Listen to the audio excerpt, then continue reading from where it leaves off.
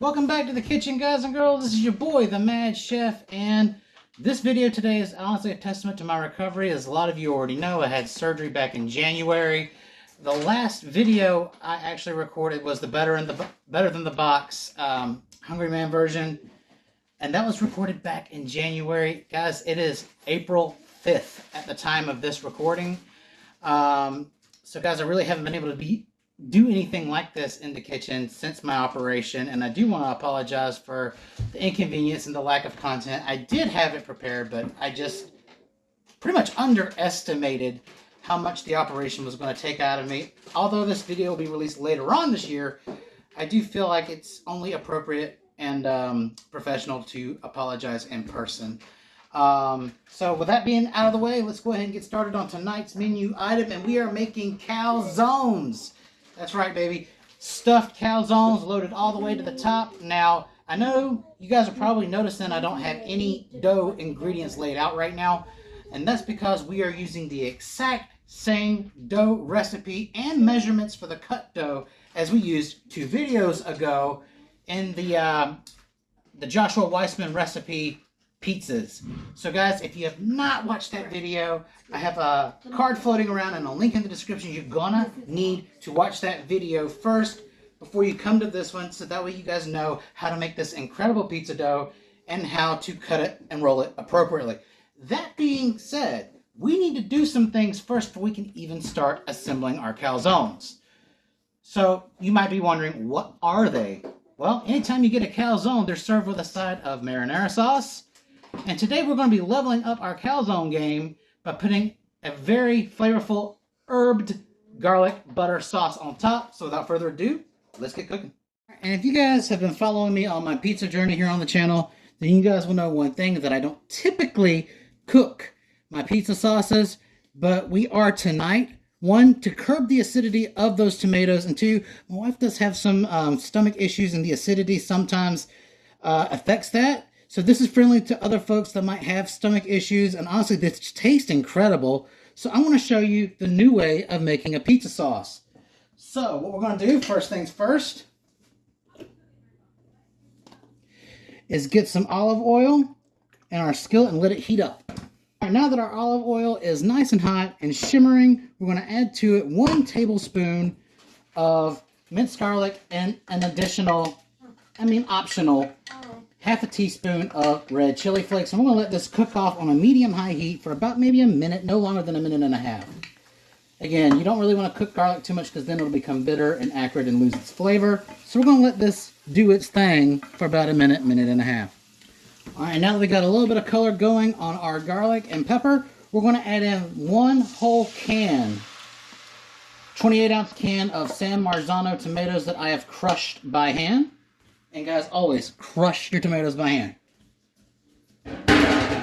Otherwise, you upset and offend every Italian grandma ever. So now that we've got our tomatoes in the pan, we're going to go ahead and we're going to get our seasoning in. And all we're doing is adding 1 tablespoon of onion powder, 2 teaspoons of dried basil, because the San Marzano's already become packaged with fresh basil. We don't need to really overkill that. And then an additional teaspoon of oregano. I'm going to go ahead and add that in, along with half a teaspoon of water. And we're just going to go ahead and get that incorporated, mixed in really well. All right, I'm going to reduce this just a little bit. Now, all we're going to do is we're going to wait for this marinara sauce, this pizza sauce, to start bubbling a little bit. All right, it's already starting to do that, and it hasn't even been 30 seconds at this point. So never leave your tomato sauces for too long because they can go and explode on you. All right, and now that we've got a bit of an even roll here, we're going to go ahead and reduce this to medium.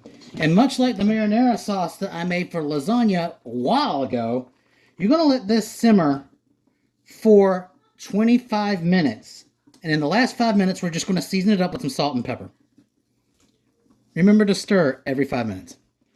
And we are at that coveted, long-awaited 20-minute mark. And we're just going to go ahead and add in a teaspoon of kosher salt and a teaspoon of ground black pepper and get that stirred in. Now, usually at this point is where I would tell you to add in a tablespoon of granulated sugar, regular table sugar.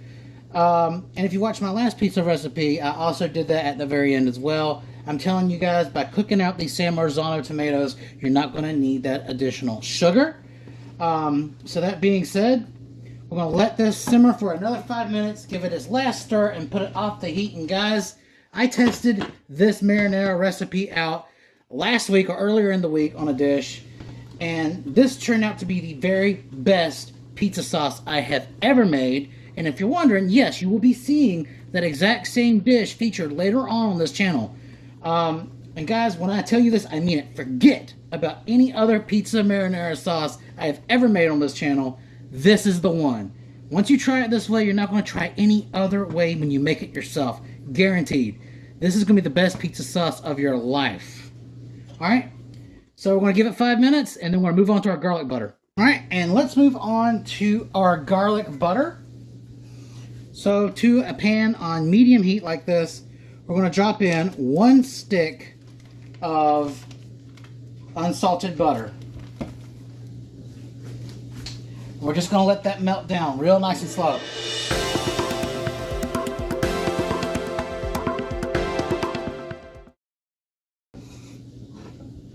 Alright, and now that once all the butter solids have dissolved and melted completely, we're going to go ahead and add our seasoning, which is going to be 1 teaspoon of kosher salt. Only 1 because we got Parmesan and Romano cheeses in here. We got 1 tablespoon of garlic powder. Now, a lot of people might ask, why did you not use real garlic? This is a personal preference sort of thing. If you want to use real minced or chopped up garlic, that's fine. Make sure it's equivalent to about 1 tablespoon. The reason why I don't use real garlic or minced garlic in my garlic butter is because once it turns into butter, you're going to have like all these little pieces or chunks of garlic floating around on top of whatever you spread it on. I don't find that to look very good. And honestly, I don't like the texture of it just eating it like that whole. So it's a texture and an appearance thing for me. You got 2 teaspoons of parsley and then a whole tablespoon of finely grated Parmesan and Pecorino cheeses. So we're going to add all of that in.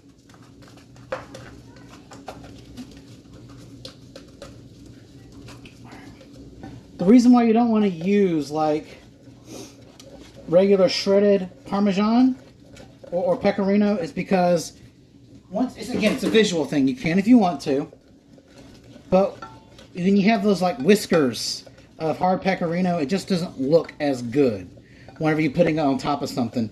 When you have it grated really fine, it kind of becomes a more cohesive sauce. So that's what we're doing. Either way, if you want the whiskers of Parmigiano or Pecorino, you can. The only thing that I'm attempting to do here is just to try to melt down some of that Pecorino cheese and Parmigiano cheese. We want this to be a little bit thick. We don't want to have any kind of hard or clumpy textures. And that's all we're going to do. We're not going to cook it too long or turn it into brown butter because this will also go into the oven and cook further. Once all the lumps have disappeared and you've got a nice thickened sauce like we have here, we're done. And now on to the main event. We're going to assemble and put together our calzones. Here we are, and it's the moment we have all been waiting for, and it's the assembly. And guys, when I tell you making a calzone is not really that much different than making a pizza. You are going to want to preheat your oven on the highest setting, minus 525, and you want your pizza stone or pizza pan to preheat on that level for about an hour. Okay, 45 minutes to an hour. You want that stone to be ridiculously hot. That being said, I have upgraded, as you can see. Not only do I have a pizza peel, but I also have a pizza stone. So we're moving up in the world, a little bit. All right, so we're not going to stretch this as thin as we would a normal pizza because you still want a nice thick crust just to be able to close and fold. All right, so now we're just going to go ahead and start making our boundaries, much like a pizza, we're just going to go ahead and start working in with our fingers, and we're just going to start casually stretching this out on the pan. You do want this to be a decent length. Otherwise, you're just going to be making a glorified Hot Pocket, and nobody wants that. We don't do Hot Pockets around here. Now, guys, you can do a more traditional calzone sort of crust and dough with double O tipo flour, but most of your Italian restaurants, especially the American Italian restaurants, they're going to use, because of economic reasons and because of just how versatile this dough is, the same dough they use on their pizzas to make any of their products. Like a lot of the fast food pizzas use the same dough for their pizzas for breadsticks and cinnamon sticks and stuff like that because it's economical. And yeah, there's nothing wrong with that. So we're going to take a book from those great Italian-American restaurants that use one dough for about everything. All right, it's starting to come together little by little. All right, this is the wife's. She wants just a classic pepperoni calzone. Nothing wrong with that. The reveal will be on mine. I'm going to be doing something a little bit different on mine. A little more adventurous, if you would. Well, this is actually a very good starting point. We're just going to pull this out just a little bit. I've seen another restaurant do it like this. Kind of make it into like a pyramid almost. And see how easy that works? That works really, really well. And the reason why I have this cutting board here is because obviously I don't want like an 8-ball of cocaine of, flour everywhere. So first things first, before we put down any of the meats, we're going to go ahead and give it just a very thin layer of nice mozzarella cheese. You don't want to do too much because then it might not cook as good, cook as evenly. But you want to do this to kind of shield the meat, give it a little extra flavor, and to prevent anything from kind of sticking to the bottom.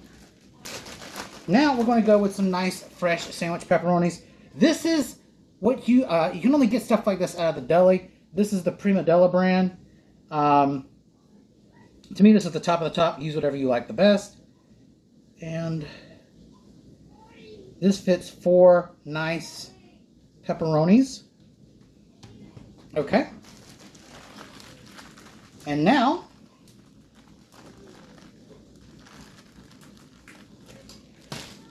we're going to top it off with a very generous amount of some mozzarella cheese. We're going to move this up to the center a little bit to make sure nothing leaks out, to make sure that we're not running over pepperoni when we're rolling this. Very important to pay attention to your borders. And we're just going to bury this. You want it to be cheesy. You want it to be meaty. All right. Okay. And on top of all of that, we're going to give it a nice bit of grated Parmesan Romano cheese. Now, we're going to go and give it a flip. I'm going to turn this around so you guys can see it. This is going to make a very nice calzone. So just use your fingers. It's okay if you push out a little cheese. It's all right. And we're just going to give it a nice, defined pie-style corner. All right, we're not done yet. Now to give it the best seal it can get, we're going to roll these edges over on the side. This is going to prevent anything really from breaking out, leaking, burning, that sort of thing. Because I don't want to mess up my brand new pizza stone, and nothing sucks worse than just grabbing, a calzone straight out of the oven and it is just wrecked. That would be like the absolute worst thing I could do. So we got to pay attention and make this with love. Alright, so now we've got ourselves a complete and very nice looking pepperoni calzone. I'm just going to tuck these corners in just a little bit. And now we're going to take our garlic butter, our fresh garlic butter, and we're going to baste the top of this. If I can find my baster. 1 minute. Alright, now I got my baster. And we're just going to go over the top with this. Look at how beautiful that is. I'm going to have to do a zoom in for this because it's going to be amazing. We're going to want all this beautiful garlic butter all over the top. And that Parmesan and Romano cheese just melted beautifully into that. So you're going to have a little bit of a cheesy, herby crust on top. And guys, would you look at that? That is a gorgeous calzone. Now, this is all a matter of personal preference. Some places don't score their calzones. I'm just going to do one mark here and one mark here. That's just to make sure everything cooks evenly and nothing gets out of control and burns onto the stone. Alright, that being said, we're going to put this on our pizza stone and we're going to let it cook anywhere between 8 and 10 minutes. I'm going to 8 and 12 minutes rather. I'm going to check at around 10. That is so nice to be able to do that. And I'll see you again when it's time to make mine. Alright, and now we're back to mine. And guys, if you're working with an electric oven like mine, 10 minutes at 525 is what does the trick. The first calzone came out looking absolutely amazing. So we're about to do the same thing with this next one. So we're just going to shape and mold our dough the same way we did our first one. So I did mention that we were doing something a little bit different with mine. So, and you mean you can go ahead and go with the classic pizza toppings for, you know, your fillings for a calzone. There's nothing wrong with that. But you can also do so much more with a calzone than you can with a pizza. So we're going to do a play on my favorite sandwich of all time. And that is the loaded Italian sandwich. No, I'm not talking about Subway because Subway sucks. Delete me if you want. I have not liked Subway in many, many years. But it's hard to beat a very good Italian sandwich. So we're going to be doing the calzone version today. We're going to be doing a loaded Italian calzone. Now that I've got the dough stretched out a little bit, we're going to go ahead and start assembling our loaded Italian calzone. We're going to start off doing about the same thing with a very thin layer of mozzarella cheese. Alright, so the meats are going to be a little bit different this time. We're going in first with some hard salami. 3. Alright, and of course you got to have pepperoni. This is the Fiorucci brand. This is just as good. And then we're going to top it off with a little Genoa salami. Now the only thing missing from mine to make it a true blue loaded Italian is some capicola, or gabagool, as they say in The Sopranos. It's very hard to find stuff like that around here. That's part of the problem of being in a small town. There's no real Italian specialty shops and stuff like that to get stuff like that. So if you guys can find capicola, then please add this to it. All right. Now we're going to go ahead and do the same thing. And we're just going to generously cover it with a nice dose of shredded mozzarella cheese. Which I might have to go and get some more of that. Now we're back. And we're just going to go ahead and cover everything up around the corners and the sides. Alright. Now we're going to do the same thing we did with the last calzone and make sure we're paying attention to our borders while we're filling everything in. And then we're going to top it off with a little Parmesan and Romano cheese. Now that we've got everything done, we're going to fold it over like we did the last time.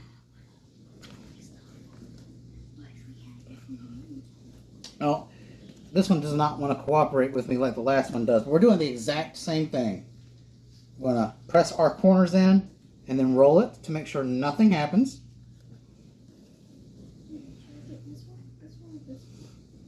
Keep everything inside.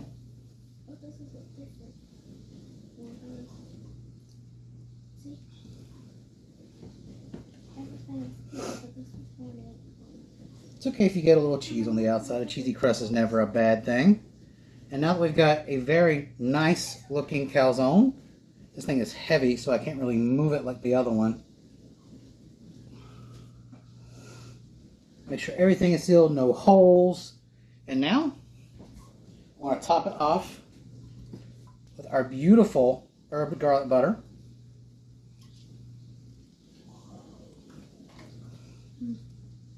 All right, and we're going to score it like we did last time too, because the last one turned out looking really amazing. I want to go ahead and get all that stuff up. Nice pecorino and Parmesan. All right, so guys, we're going to put this in the oven for 10 minutes on our pizza stone or pizza pan. And then we're going to do our calzone reveal. Wait, I forgot to score it. Alright. Alright. I'll see you all in 10 minutes. Moment of truth is here. You guys ready for the reveal?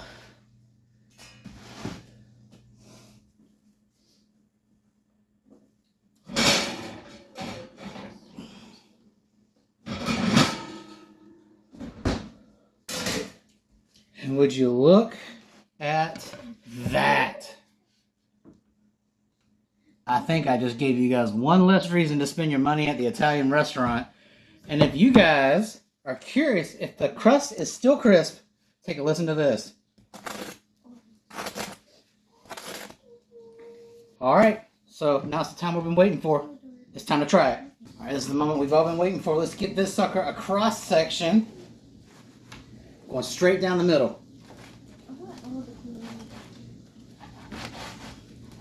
This thing did happen to get stuck to my stone, so I had a little issue getting it out. But look at that, guys.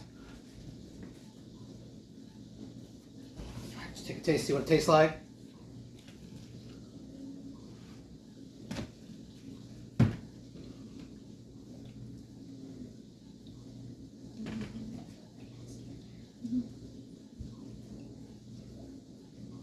Oh my God. This is hands down one of the best things I've put in my mouth in a very long time. It's cheesy, it's gooey, it's smoky, it's savory. It doesn't really even need the sauce. But since we got it, we're going to try it with our new and improved pizza sauce. Oh my God. I need to sharpen this knife. All right.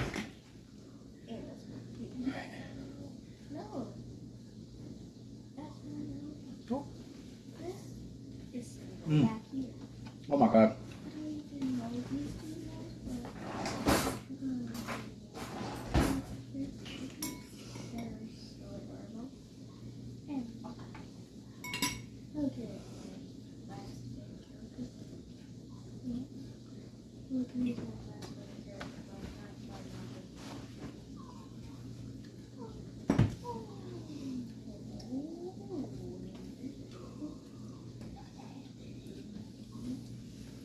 I may have burned half my tongue off in the process, but guys, this is seriously one of the best things that we've made in this kitchen since the beginning of the channel.